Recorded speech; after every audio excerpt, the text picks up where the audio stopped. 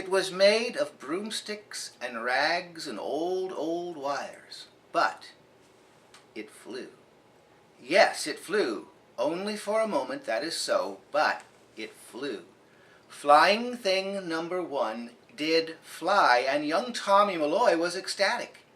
It fell and crashed to the ground and broke into 100 pieces. But that didn't matter because it had flown, and that meant that the possibility had become an actuality, even if it was only for a moment. Tommy danced about the wreckage of his flying thing number 1, which was in pieces and scattered about in the field. Tommy then set out to build flying thing number 2. He poured a great deal of time, money, and enthusiasm into this project. At night he dreamed of this marvelous machine in flight, and he saw himself in all the papers. Tommy Malloy creates flying thing. When he finished it, he looked at it and thought it was a thing of great beauty. He started it up. It wobbled and ran about in the field. It sputtered and strained and popped, but it wouldn't take to the air. He adjusted a few things, refueled it, primed it, turned it toward the wind, and started it up again. But again, it wobbled and sputtered and strained and popped. Then after many tries, flying thing number 2 hissed, screamed, choked, and died, never having left the ground. Did I mention that Tommy was a very religious person? When he was crestfallen for the failure of Flying Thing 2, he blamed himself for his failure. Not that he was wrong to build flying things. No, he felt certain that God had given him a great gift to build such marvelous contraptions as the world has never seen. No, not that. His error was in his arrogance, ego, and pride.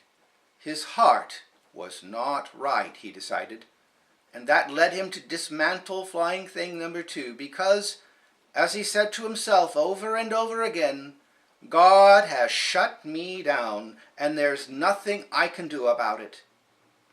He believed that he would have to purify his heart, and when his heart was right, God would call him in the right time and place to build flying things.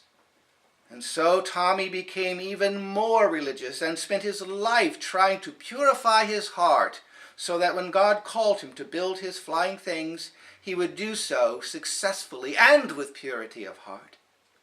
He married dutifully, but lovelessly, raised his children according to the will of God, worked at a job that he didn't care for with a boss that overtasked him and paid him enough to keep him barely above poverty, all for which he gave thanks to God in all things.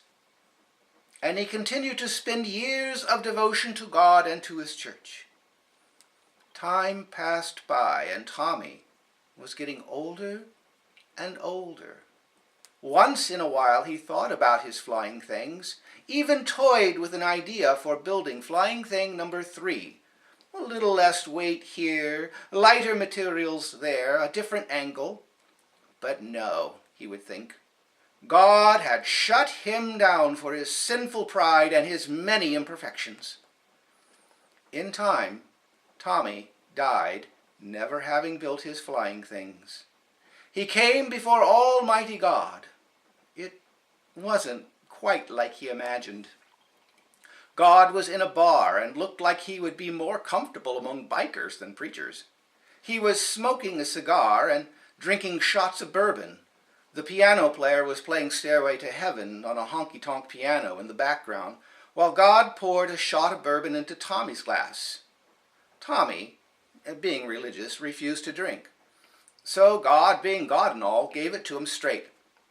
"Tommy," he said, scratching his whiskers, "I gave you a gift. Son, you could have built the most amazing flying things to the joy of everyone if only you hadn't been so damn religious."